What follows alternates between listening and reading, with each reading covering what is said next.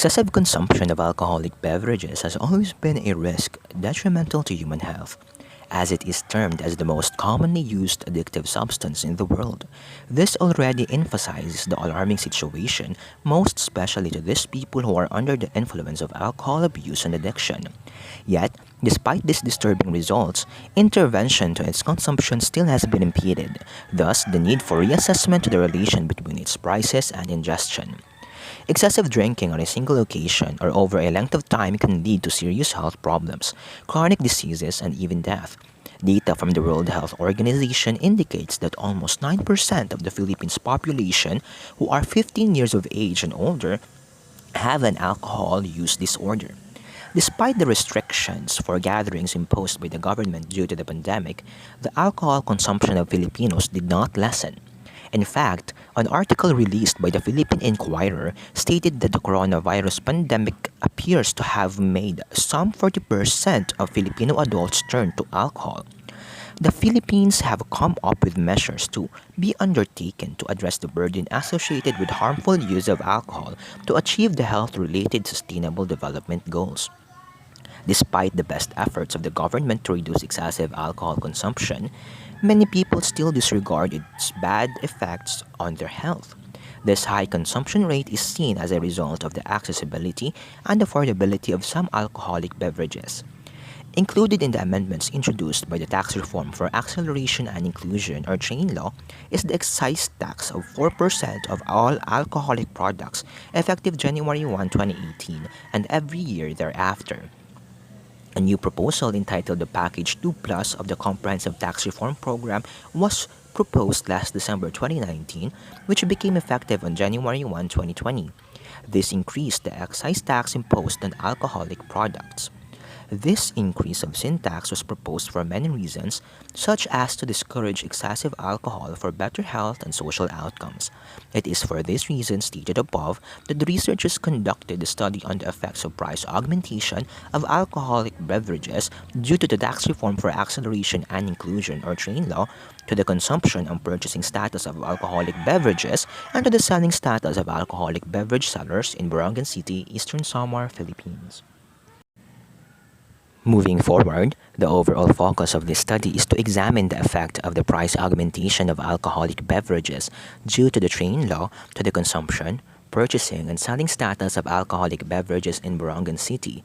Specifically, it seeks to answer the following. Number 1, what is the consumption pattern of the alcoholic beverage consumers before and after the implementation of TRAIN law in terms of amount in peso budgeted in buying alcoholic beverages per week and quantity of bottles of alcoholic beverages consumed per week when grouped according to their socio-economic profile, that is, age, sex, monthly income, and employment status.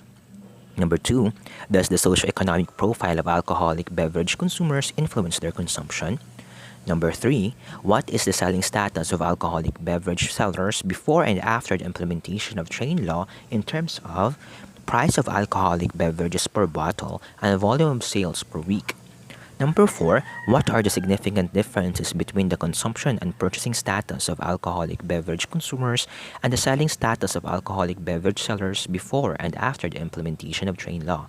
And lastly, what are the consequences which arise after the implementation of TRAIN law to the consumption and purchasing behavior of alcoholic beverage consumers and selling behavior of alcoholic beverage sellers?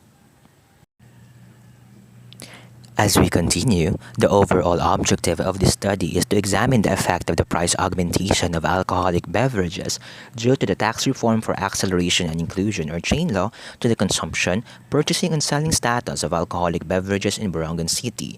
The specific aims can be seen in the presentation below.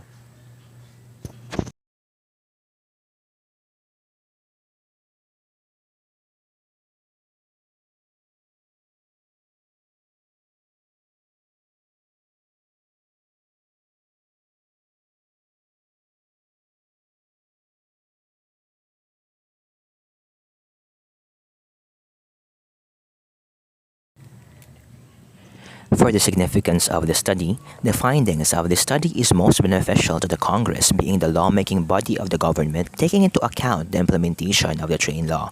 Secondly, this study will benefit the community as it gives awareness on how the changes in the price of alcoholic beverages affects its consumption and the selling status of its sellers.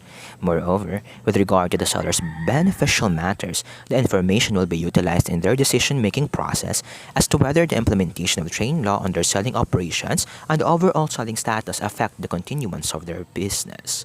Notwithstanding the above-mentioned significance, this will also be of use to Eastern Samar State University by way of fact file that can be integrated to classroom discussion as a source material. The following are the scope and the limitations of the study. Number 1, the focus of the study will be the consumers and vendors of all well-known alcoholic beverage product brands and traded in Borongan City. Number 2, the consumer respondents were surveyed using the convenience sampling method. On the other hand, all retail store owners of the chosen barangays will be considered respondents of the study.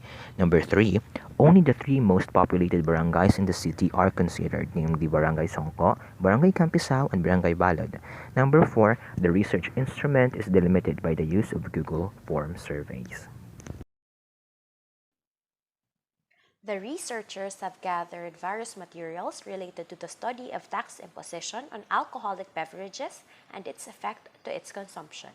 Many studies state that alcoholic beverages cause many deaths in the world every year. The Philippines is not exempted to this. In fact, a study conducted in the University of the Philippines states that there are more alcohol drinkers in the Philippines than tobacco smokers. One solution that some researchers, both in the Philippines and abroad, suggest is the imposition of tax on alcoholic beverages to reduce the risk of death due to excessive alcoholic beverages consumption. In the US, the imposition of tax on alcohol has been very evident. The tax increase of 25 cents per drink in the US resulted in 9.2% reduction in alcohol consumption, including an 11.4% reduction in heavy drinking. Fiscal policy is another alternative effective technique that the health regulators and government can implement.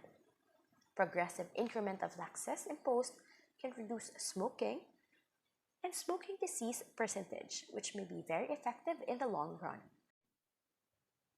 Moving on to the conceptual framework of our study for a visual representation. Shown on the screen are the independent and dependent variables of the study. The independent variables are the alcoholic beverage price increase due to train law and the socio-economic profile of the alcoholic beverage consumers. The dependent variables are the change in consumption and purchasing status of alcoholic beverage consumers, change in selling status of alcoholic beverage sellers, and the consequences to the alcoholic beverage consumers and alcoholic beverage sellers. The figure shows that the change in consumption and purchasing status of alcoholic beverage consumers is relative to the socio-economic profile and is used as the basis in determining the consequences to the alcoholic beverage consumers, while the change in selling status of alcoholic beverage sellers is used as the basis in determining the consequences to the alcoholic beverage sellers, after which these changes are assessed to determine any significant difference that will help in assessing the effectiveness of train law and minimizing alcoholic beverage consumption and trade. The researchers have formulated hypotheses to be proven true or false in this study. First on the list is there is a significant relationship between the socio-economic profile of alcoholic beverage consumers to their consumption of alcoholic beverages. Second, there is a significant relationship between the socio-economic profile of alcoholic beverage consumers to their budget allocation for purchasing alcoholic beverages.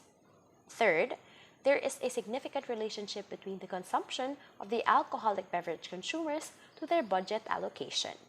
Fourth, there is a significant relationship of the selling price of alcoholic beverages to the number of alcoholic beverages sold per week by sellers. Fifth, there is a significant difference between the consumption of alcoholic beverage consumers and the number of alcoholic beverages sold per week by sellers. And lastly, there is a significant difference in the budget allocation of alcoholic beverage consumers to the total sales per week by alcoholic beverage sellers. For research design, this study will utilize a descriptive correlational and comparative method of research. It will primarily focus on describing the nature of the demographic segment, particularly the socioeconomic profile, such as age, sex, monthly income, and employment status of the alcoholic beverage consumers. Furthermore, the study will determine whether the demographic profile of the respondents was an indicator on their acts of buying and selling of alcoholic beverages in Borongan City. The study will also implement the correlational type of research. In this type of research, data will be gathered such as the number of alcoholic beverages sold per sari-sari store in a day and the budget allocation for every purchase. This is to test whether a significant correlation exists between the two variables. Lastly, comparative research will also be employed. The purchasing status and the consumption status of the consumers before and after 2018 will be tested if a significant change occurred after the implementation of train law. The selling status before 2018 and after 2018 will also be tested to determine whether the increase or decrease in the price of alcoholic beverages and the quantity of alcoholic beverages changed after the implementation of train law. Let's now move on to the research local and respondents. The study will be conducted in some selected barangays of Borongan City and Samar. The researchers aim to represent the whole population of Borongan City in this research. Thus, the research study will be conducted at the three most populous barangays in the city as of 2020, based on a census of the Philippine Statistics Authority. These barangays are Barangay Songko, Barangay Campisao, and Barangay Balud. The respondents of the study will comprise alcoholic beverage consumers and sellers in Borongan City and Samar. They will be the total consumer respondents and all retail store owners situated in the barangays of the three most populous barangay who give their consent to be surveyed and be part of the study. As to the sampling method, due to the pandemic, the researcher decided to choose the mentioned barangays to represent the 61 barangays of Borongan City. Two methods will be used in conducting the study, namely, the convenience sampling method and the total enumeration. The convenience sampling method will be used to represent the alcoholic beverage consumers from their whole population. On the other hand, the second sampling method to be used is total enumeration, which will be implemented to develop the sample from the total population of the sellers of alcoholic beverages. In continuation with regards to discussion of the study's methodology, the research instrument to be used is based from a researcher-made questionnaire drawn out from previous readings and studies. The said instrument is divided into two different sets of questionnaires for the consumers and sellers of alcoholic beverages respectively. The consumer's questionnaire contains two parts. The first being related to the socio-economic profile, consumption pattern, and budget allocation per week of alcoholic beverages consumers, while the latter will seek to answer as to how the price augmentation affect their consumption pattern and purchasing status. The seller's questionnaire, on the other hand, provides two parts as well, inquiring about the highest and lowest price per bottle of alcoholic beverages sold and its volume of sales per week respectively. Both the survey questionnaires will be in a form of 5 Likert scale with the following degrees of not affected, slightly affected, moderately affected, highly affected, and very highly affected. The data gathering procedure will be conducted through the online platform of Google Form due to current circumstances where face-to-face interactions are to be minimized. Furthermore, the criteria in order to be a respondent provides that he or she must first give permission with regards to the accumulation of their data. They must also either be an alcoholic beverage consumer or seller, as well as have internet connection in order to access the Google survey form. The study provides that in order to analyze the data to be gathered by the researchers, the following methods and tests are to be applied. For the first portion of the consumer's questionnaire, the socioeconomic profiles of alcoholic beverages consumers will be cross-tabulated with the quantity consumed and the budget allocation for its purchase per week. The use of frequency counting, percentage, analysis of variance, post hoc test, multiple comparison analysis, and t-test, among others, shall be used as well to support the data to be collected. On the other hand, the first portion of the seller's questionnaire will be analyzed using descriptive statistics and t-test. Meanwhile, the second portion of both the consumer's and seller's questionnaire shall be analyzed using descriptive statistics, mean, and ranking.